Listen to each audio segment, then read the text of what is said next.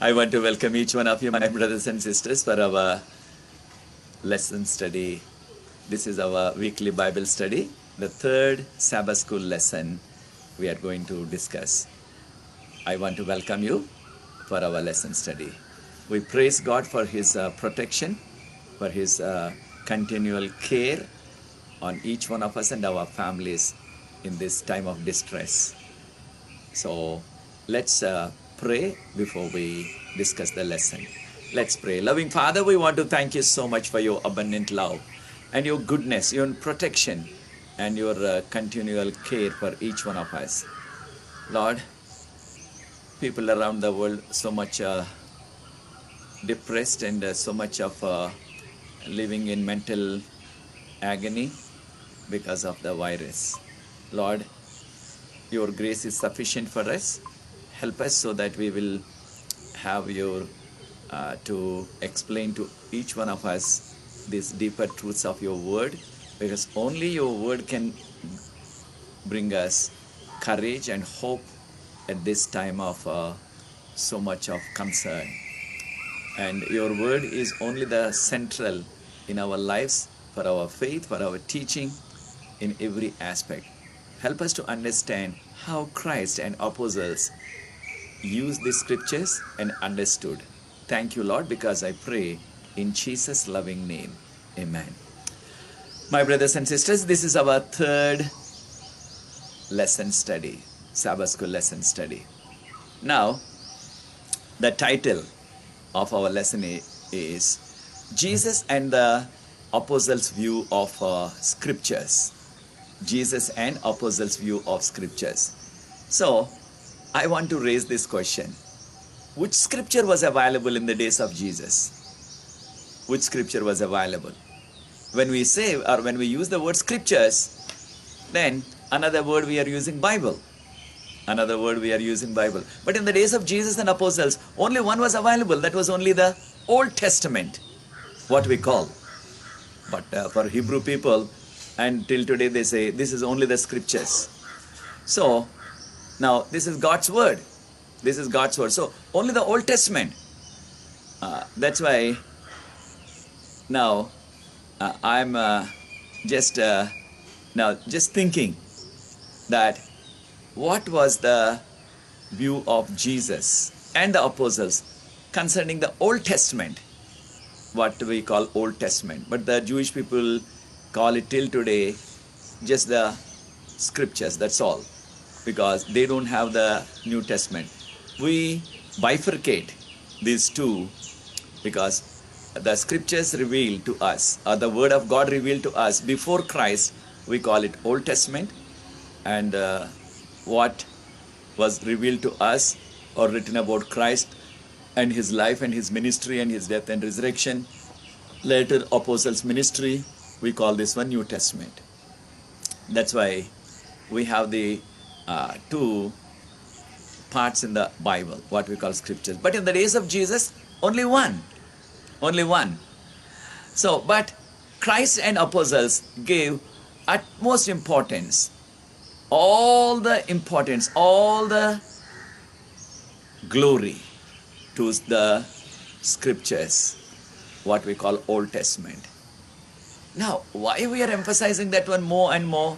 Because there are so many people today, so many Christians today, so many preachers today, they say and they believe Old Testament is not for us. This is for the Jewish people. It's not for us. For us as Christians, it's only the New Testament from the time of Christ, from the life of Christ, from the ministry of Christ. Only from Jesus' time and from the time of apostles. Only that is important for us. That Old Testament is not for us. That is for the Jewish people. We need not to take it into consideration. We need not to read it. We need not to use it. That's what they say. And some people are doing that also.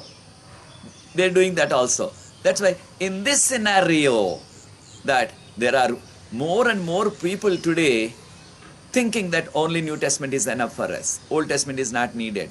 We need to understand how Christ used it, that Old Testament. How apostles also, after the death and resurrection and ascension of Jesus, how apostles use this one.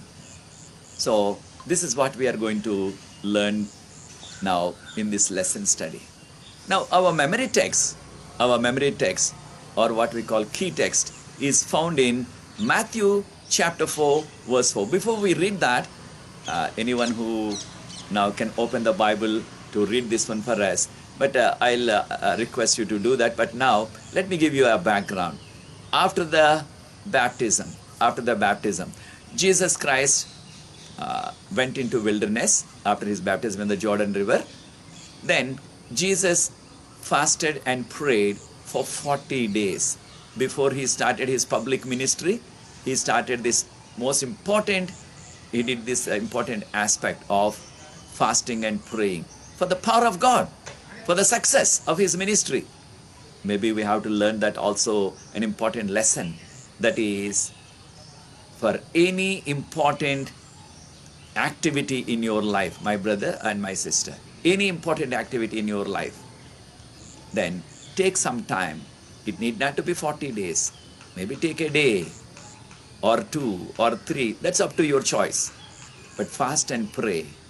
I tell you, you will receive a rich spiritual blessing. God's power. That's what we need to be successful in every aspect.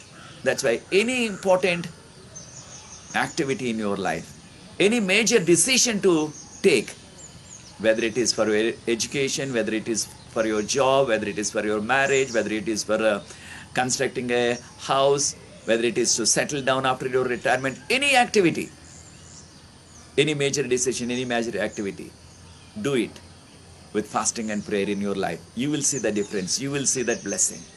That's why Jesus taught us this important aspect in life. Before he started his public ministry, he fasted 40 days and prayed. And of course, as God, he did not need it. He doesn't need it because he's God himself. But to set an example for each one of us. Surely, I know we are facing this now tough time in the human history. And at least the world in the recent time, or in our living memory, or in the memory of even our grandparents, we never had this such a global crisis, global problem all over the world. But such a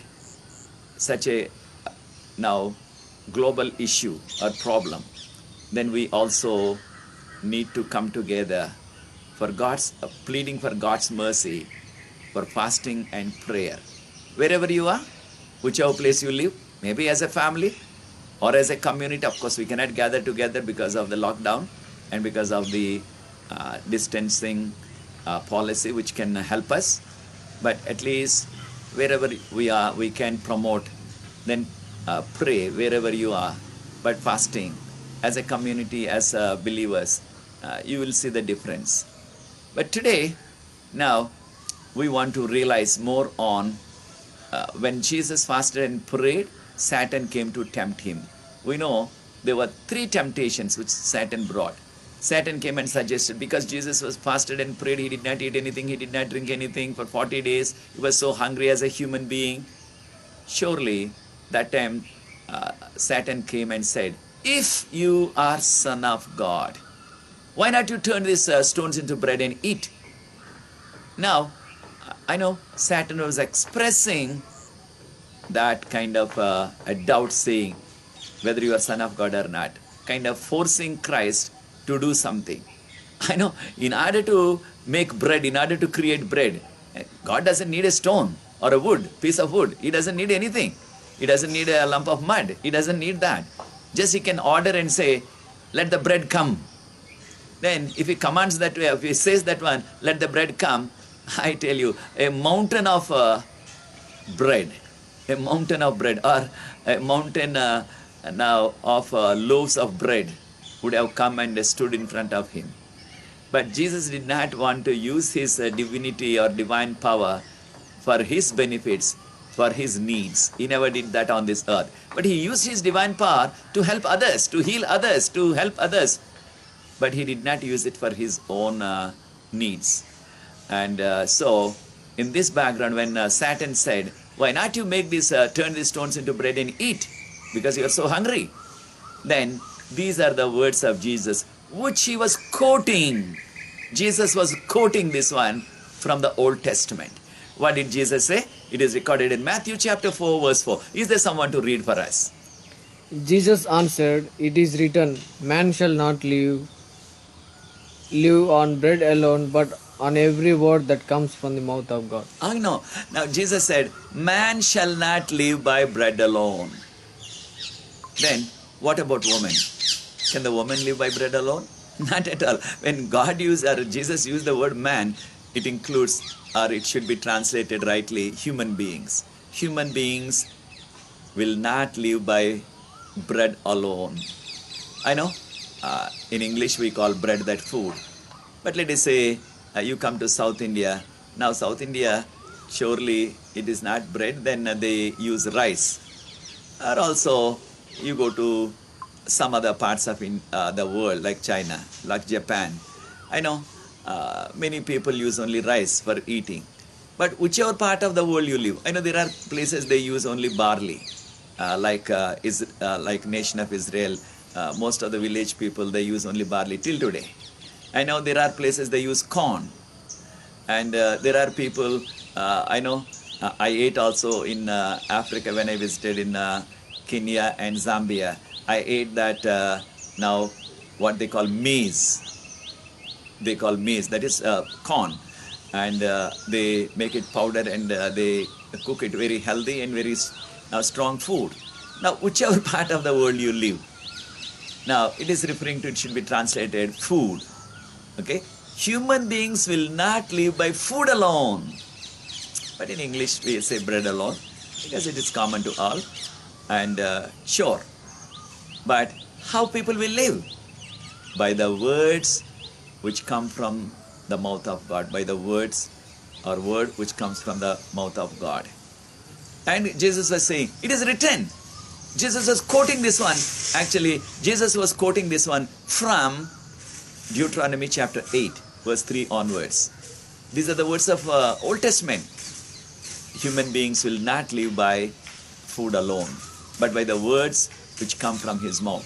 Surely, if we trust in the words of God, which he spoke or which he spoke, then surely now God will take care of our food. God will take care of our needs. God did that for Israelites. He provided the food in the form of what we call manna. Surely God will provide. That's why Jesus was emphasizing, now it is not only for our physical life or physical needs and physical hunger, but God's words provide for us the spiritual food and eternal life. That's why God's word is more important. God's word is more important. Now, those who trusted in God's word, those who believed in God's word, then surely God took care of such faithful people. Like Elijah, his faithful prophet, God provided. God provided. Now, God sent an angel with food and water. And God sent ravens. That's what we call crows here. And they brought the food for him. That's why surely now God provided food for his people miraculously in various ways. And surely this happened. That's why trusting God's word is important. Maybe that is a lesson which we can learn. I know during this lockdown time, I know there are many families, many places, no work and no earning, and business is closed down, having tough time even for the basic food. I tell you, almost like a time of famine. But I want to give you assurance. If we trust in God's words, surely God will take care of our physical needs as well as spiritual needs. That's why, but what we want to highlight here is Jesus gave all the importance to the scriptures of the Old Testament, because only that was available in those days. Nothing was there. Only the Old Testament. Jesus gave all the importance, and he was quoting it. He was using it. Then we can use that point by saying, if being God, Jesus used that Old Testament, then why are we not using? Why don't we use it? I know each one of us use, but there are many Christians who have a negative thought on that. They don't want to use. They say, this is for the Jewish people, not for us. For Christians, only the New Testament, they say. Here is Jesus, who died for us, who is our Savior. He used it. He quoted. That's why we should also use it and quote it. I know there are many people who say, oh, it's not important, Old Testament, only for us New Testament. But whenever there is a, let us say, now some wedding or some birthday, or now they read from where? Psalm 127 and Psalm 128 for marriage as well as birthday. Or somebody is now laying a foundation or building a house. Again they read from Psalms. Or let us say now they're having any other now happy occasion. Often they read it from the Old Testament. Old Testament. Now if you neglect the Old Testament, surely we would have missed so much of blessing. How the world was created, how the sin came into this world, how now flood destroyed everyone. So much of that what God has done for the people from the beginning, we would miss it. That's why I want to recommend my brothers and sisters, we need to follow the example of Jesus, using the Old Testament also. We need to use both. We need to use both Old Testament as well as New Testament. I know today many educated people, so-called, they're looking at the Bible from philosophical point of view, from the evolutionistic point of view. And now, many times we look at God from our human point of view, from philosophical point of view, rather than looking at God from the biblical point of view. You see, many times we are looking at God, okay, from our point of view, then understanding His love and His sacrifice. So, I know there are many so-called Christians, they're looking at the Bible with a skeptical view. They have so many doubts. For example, when we say, oh, now Israelites walked in the Red Sea on the dry land, then immediately they say, how it is possible for now a sea, Red Sea, to be parted? How it is possible to have dry land? Then we say, this is the miracle of God. They say, no, that I don't believe in miracle. They don't believe. And if we say, Jesus resurrected Lazarus 4 days after his death, he was buried for 4 days, he resurrected. They say, oh, that's not possible. That's only a made-up story. That Israelites walking through Red Sea, made-up story, some kind of fiction, they say. But as God's people, let us trust what the Bible says. We need to believe, we need to accept it as authoritative for our lives, for our faith, for our teaching. Then we need to. Then we know that Satan brought 3 temptations. We know that one. They recorded in Matthew chapter 4. All the 3 temptations. How did Jesus face? Each time to overcome the temptation, what did Jesus say? Jesus said, it is written. It is written. He was quoting from the Old Testament. It is written. So that's why now for our faith, for our teaching, we need to use scriptures. We need to use Old Testament as well as New Testament. I know sometimes there are people who can speak or preach or give a speech for 1 hour without quoting even one text from the Bible. They quote some other author, some great man, some philosopher, some historian, some national hero, somebody. But they don't quote the Bible because they're not reading, they're not spending time with the Bible. That's why but I always say, now those people come to church to worship. People are coming to church to worship from far places. What for? To worship God, to listen to His word. Now, not to listen to some philosopher, some Plato, some Aristotle. They're not coming for that. They're coming to listen to the words of God, because one word of God is more powerful than 1,000 words of human beings. One word of God is more powerful than 1,000 words of human beings. That's why we need to use scriptures. We need to use the Bible. And so now another aspect we need to understand is that Bible is authoritative. Bible has the power. The Word of God has the power. Old Testament as well as New Testament. Then we also need to understand, how did Christ look at the law? How did Christ look at the law? How did Christ use the law? Now, again we are addressing this one because there are many people and leading preachers. They say, oh, law is not important. It is done away. It is nailed to the cross. No need to talk about the law. No need to keep the law. No need to observe the law. This is what many people are saying today. Many leading preachers are saying. Just if you have that grace is enough. But how did Jesus understand the law? How did Jesus use the law? What did Jesus teach about the law? We read in Matthew chapter 5 verse 17 and 18, a very familiar verse for many of us. Matthew chapter 5 verse 17 and 18. Jesus said, I came to fulfill the law, not to break the law. I came to fulfill the law, not to break the law. And the heaven may pass away. Heaven means the sky. And the earth may pass away. But His word will not pass away. Because His word, His law, this is translated as, will continue till the end of the world. That's why surely Jesus gave all the importance to the law, because He said, I came to fulfill it. I know there are some people who say, Jesus did it all. Jesus fulfilled. So I need not to fulfill it.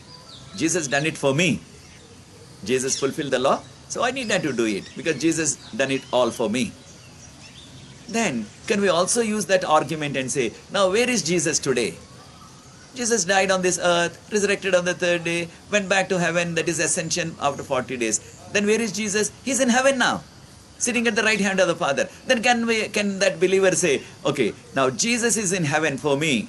Jesus is there in heaven for me. I need not to go to heaven. Jesus is there. Because Jesus fulfilled the law, I need not to do the law. So Jesus is in heaven, I need not to go to heaven. Will anybody say like that? No, we don't use that argument at all. We want to go to heaven. We want eternal life. But Christ is there on our behalf? Sure. But I want to be with Christ, we say. Likewise, Christ has fulfilled the law. Surely as long as we live, whatever the law God has given, because it is Jesus who gave the law. It is Jesus who wrote the 10 commandments on Mount Sinai. Because it was God the Son who wrote. That's why Jesus said, I came to fulfill the law, not to break the law. So the law will continue.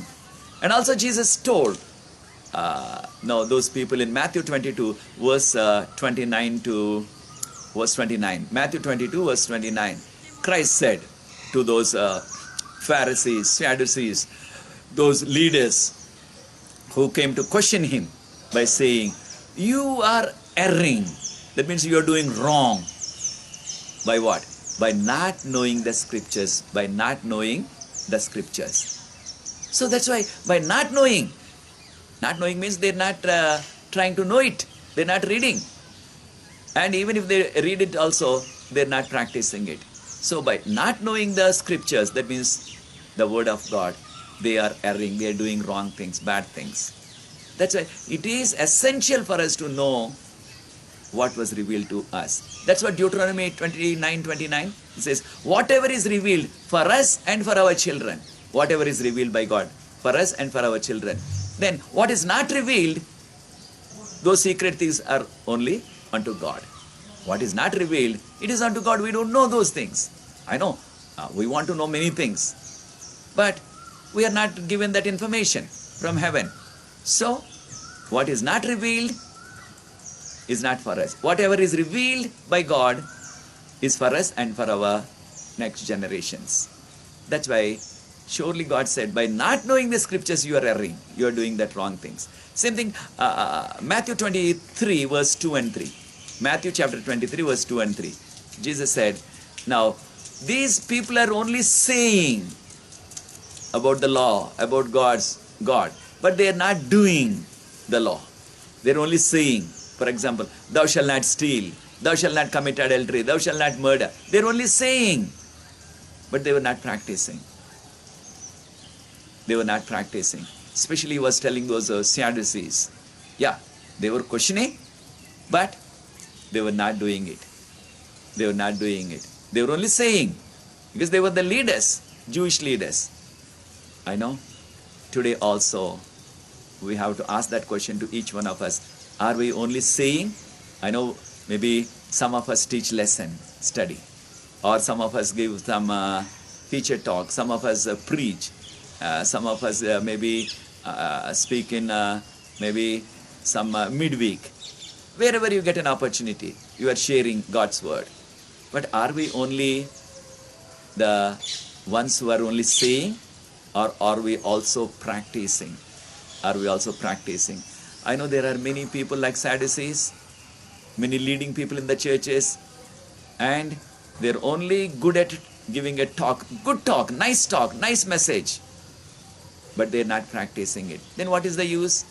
Then people who know them, if it is a new place and say, oh, very nice talk. But the people, if they are there around whom they know, and then they say, oh, this person is talking all of these things. He is not practicing what he says. His life is far from what he is saying.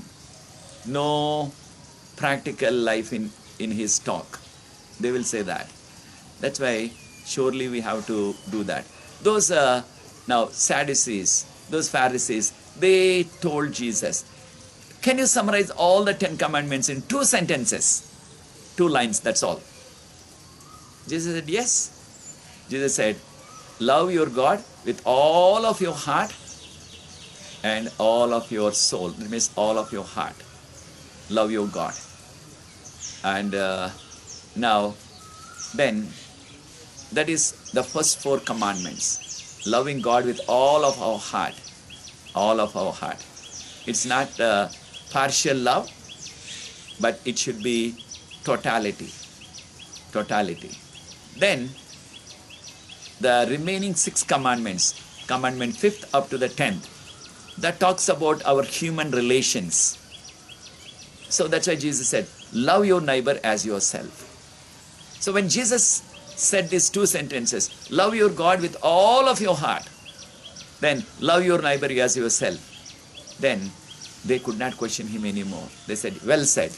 You have summarized all the 10 commandments in these 2 sentences. Yes, we need to love God with all of our heart and also love our fellow human beings.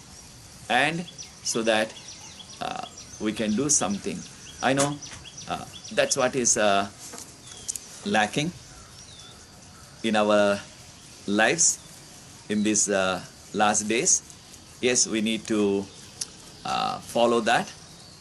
We need to observe God's word, and especially in this tough time, this second part of the commandments, our human relations, loving our fellow human beings, is very, very essential. Very, very essential. So we need to love. Then I know it is easy to love ourselves, but we need to love others also. Sometimes people say, which is not in the Bible, which is not in the scriptures, but what they say is, oh, this is our family tradition, we have to do it. Family tradition. Or this is our culture, which we have to do it. And this is our, let us say, now village custom, we have to do it, which is not in the Bible, which is not in the Bible. Then some things they do, I know, which is not in the Bible. As God's people, we need to learn that also. That is, now give more importance, all the importance to what is in the Bible. For example, only example I am giving so that we can understand. Let us say when somebody in their old age, our grandpa, somebody passes away, dies. Then of course, We have sorrow, we have the funeral service, we bury the dead grandpa or grandma, or whoever is our family member. We do that. Then what happens after a few days, sometimes after 5 days or 1 week, they have something called meeting for the comfort of the family. Oh, it sounds so nice. Meeting for the comfort of the family. It looks so nice. Sometimes they have it on the 3rd day, sometimes 5 days after the death, 7 days. Oh, they fix according to that one. Many times I ask people and say, why this is you're having meeting on the 3rd day? Oh, they say, sir, this is our village custom. Sometimes I say, why it is on the 5th day? Why not some other day? Why not before? Why not later? They say, oh, this is our custom in the village. On the 5th day, they have this one. Sure, they have a meeting. To have a meeting is good. All the church members and the other believers will come and pray and sing and give some comfort from God's word. That's good. That part is okay. Then follows after this meeting, then most of the places I notice, what is that? They serve a meal for all the believers who come for that comfort meeting. Then, but who serves the meal? The same family who lost their loved one. And that meal also not ordinary food. Ordinary means many times it's very expensive, so many varieties, many times it's a non-veg food they're serving.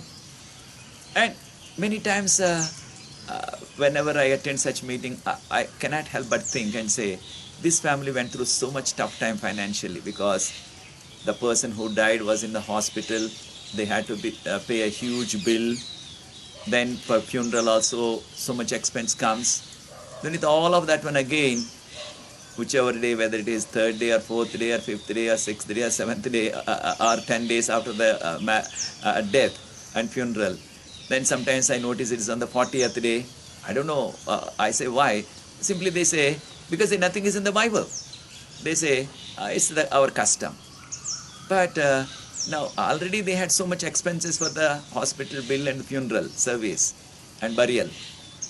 Then on top of that, if they have to spend so much money to arrange for the food for so many people who come, because to comfort people, comfort the family, all the believers will come, all the church members will come, all the village people will come for the love and respect of the person who departed. But it is putting more pressure, financial pressure on them. And instead of having more comfort by all this many people coming, that is adding more sorrow for people because they have to spend more money now. It is adding so much financial pressure for the people. But is it in the Bible? No, it's not there. People say, oh, this is a family custom, this is a village custom, we have to do this one. I know sometimes we are bound by this, our family, our village, our language, customs. But rather what we have to do is, let us rise above them. Because I learned them, many times I ask myself, where did this kind of a custom come into the Christian church? I know the religions around us. I know they have this kind of a heathen custom. After the death, on the 7th day, after the death, or on the 11th day, or on the 16th day, something according to some of their rules. They have some kind of a ceremony. Now, with a different name, calling it as comfort meeting, somehow it entered into the church through back door, that heathen custom, which is not in the Bible. Which is not in the Bible. I know, Mary and Martha called all the people for food because their brother resurrected from dead. This is in John chapter 12. Resurrected. Because of that happiness they gave the food, not anything else. But I know many of these customs, it is being practiced because of what we call the custom which comes from the family. Then I wanted to see how Jesus used that Old Testament still. Now after his death and resurrection, this is in Luke chapter 24. After the resurrection that evening, Jesus went on the way to that village Emmaus. Then two men were talking, and two were the faithful followers of Jesus. They were in Jerusalem. That village is about 8 miles from Jerusalem city. And Jesus joined them on the road, started talking. And they did not recognize him. So he started quoting from the Old Testament, pointing out about himself and the suffering which he had to go through. And all of that he was quoting. And he said, now the law and the prophets, when we say law, this is the first 5 books of the Bible. It's called Torah in Hebrew. It's called law. And the prophets, we know prophets like Samuel, prophet like Isaiah, prophets like Jeremiah, prophets like Ezekiel, Daniel, and on. Prophets. And the Psalms, that means the writings, talk about me. Talk about me. This is Luke chapter 24, verse 44 and 45. So which means, now Old Testament is divided into 3 parts. Law, prophets, and the writings. Writings means that Psalms and Proverbs and Song of Solomon and Job and on. So they all talk about me. So Jesus was again quoting after his resurrection. After his resurrection, still he was using Old Testament. That's why we need to use Old Testament frequently in our teachings, in our messages, in every aspect. Both Old Testament and New Testament. And John said, John chapter 1 verse 1 and 2. In the beginning was the Word. Word was with God. Word was God. Who is that Word? John chapter 1 verse 14. The Word became flesh and dwelt amongst us. That is Jesus. That is Jesus. That's why now to any believer, to the people, we need to expound. We need to expound the Word of God. That means explain the Word of God. That's why Jesus said, Matthew 28 verse 19 and 20, go into all the world and teach and preach. And those who believe, and you baptize them and make them my disciples to teach all that what I taught you.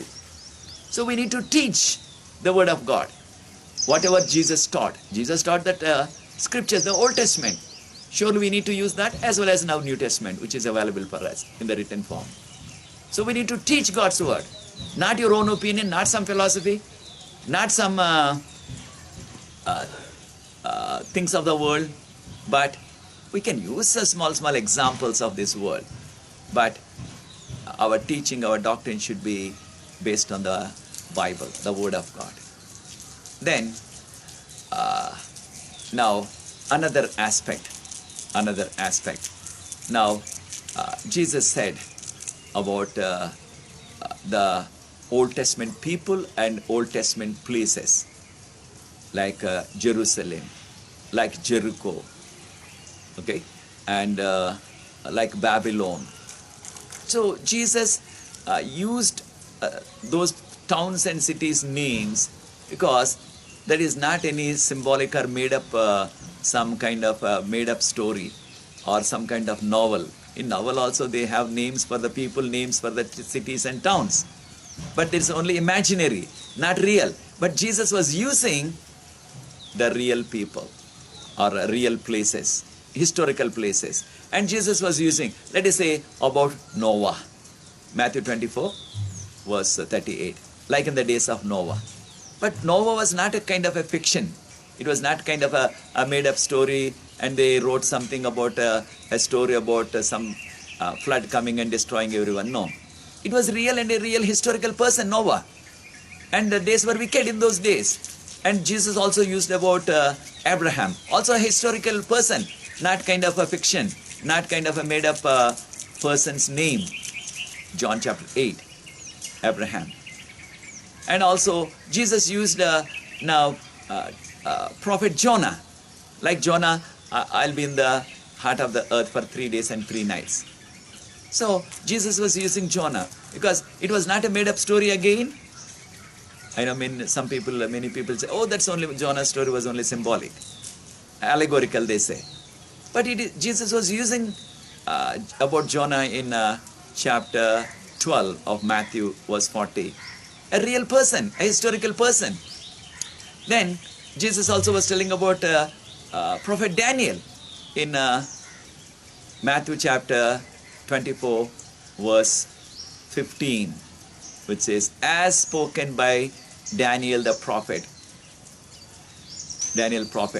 about abomination and the evil one, abomination of the desolation. So, yes, Jesus was using those places and people because they were not kind of made up stories, but real people and real places, historical.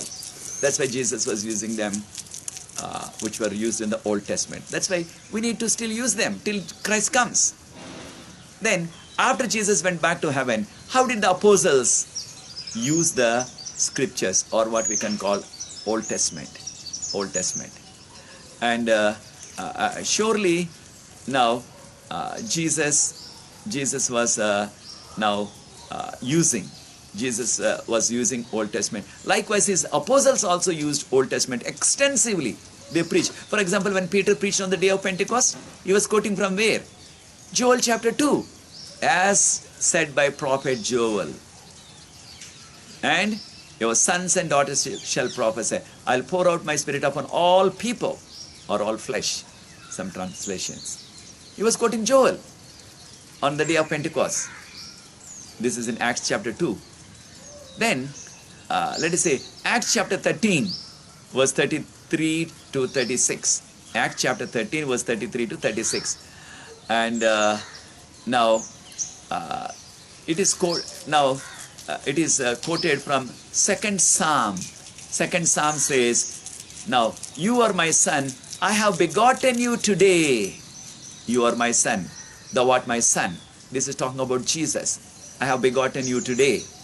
Then, also in Psalm 16, this is in Acts chapter 13, verse 35 and 36. Psalm 16, verse 10 says, I will not let my Holy One to see the corruption of the body. Jesus' body did not become corrupt, or now did not decay. Jesus' body did not decay. He resurrected. And also, that is in Galatians chapter 3, verse 8. So it is use the word scripture says. Okay. Now then, God would justify the heathen also by faith. So this is which scripture? Again, the Old Testament. This is in Galatians chapter 3, verse 8. Paul was using that. Then also we are told in Romans chapter 9, verse 17. Again it says, scripture said about Pharaoh. Of course, when Paul was using the word here, scripture, it has a reference to God, because God said it. God said it about the destruction is coming upon Pharaoh. So, apostles extensively used, so much used Old Testament, even after Christ went back to heaven. So that's why surely apostles gave also central place for Old Testament in their lives. But I know, according to a biblical now scholar who counted all the Old Testament references used, in the New Testament, there are 2,688 references. 2,688 references used from the Old Testament in the New Testament. I know in book of Revelation alone, there are Old Testament quotations, or Old Testament quotes, what we can call Old Testament now references used, something about 276. So, which means what we are trying to do is, apostles, Paul or now Peter or John or other apostles, they used so much of the scriptures that was the Old Testament. So what does that tell you and me today? We also need to take into consideration, because Jesus used it, apostles used it, they gave central place in their teaching. We need to also use. Don't discard Old Testament. Use both, because we are told, 2 Peter chapter 1, verse 19, 20 and 21. All scripture did not come by human thought, but all scripture is inspired.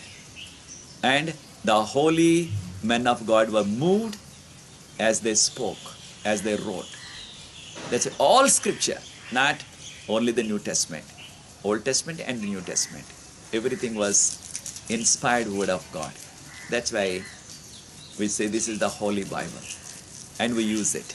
May the Lord bless each one of us to have that right view of Old Testament also like Jesus and the apostles, and use it in our teaching, for our faith, and for any occasion in our lives, so that will bring a blessing for each one of us. That's what I want to appeal to you, my brothers and sisters, so that we will be blessed, we can grow, because there are growing number of people and the preachers today not giving importance to Old Testament. But as God's people living in these last days, let us believe and say all scripture, Genesis to Revelation, all the 66 books are God's inspired word for each one of us, so that we should practice, we should follow, we should teach, we should believe, we should preach from all. May the Lord bless us to do that one. I know in this hour of lockdown we have challenges, but I hope you are spending more time to read God's word. I know what we started a few days ago, every day evening from my home at 8 p.m.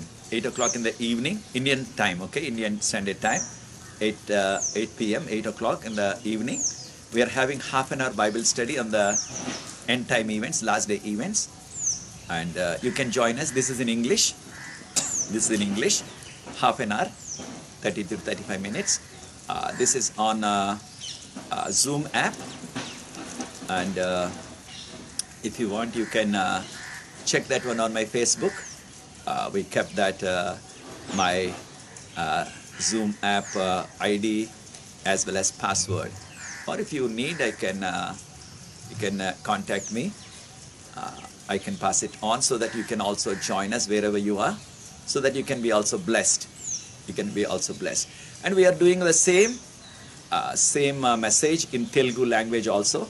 Since I can speak my mother tongue, I'm doing that so that some people can be benefited who are not acquainted with English. So you can encourage them to join also. Then, so you can do that also. That's also every evening we are doing right after our English study. Then we are doing it another half an hour for the Telugu speaking people. So please note this one, and you can join and you can pray. And if you are interested in English Bible study on Book of Revelation, especially, we are doing it I'm doing it for a class, third year and MA students. Then you can also log on to my this study group. So this is on Zoom app. Every morning 9:30 to 10:30. Every morning 9:30 to 10:30. We are studying today the 13th chapter of Book of Revelation. So you can do that also, and tell your friends and others who would like to join us.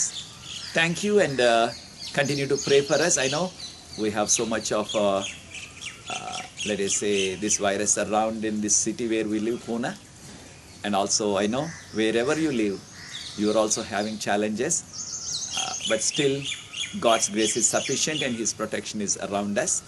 But we'll still obey all the now health tips, and not going out or maintaining that distance from each other, so that we can be safe.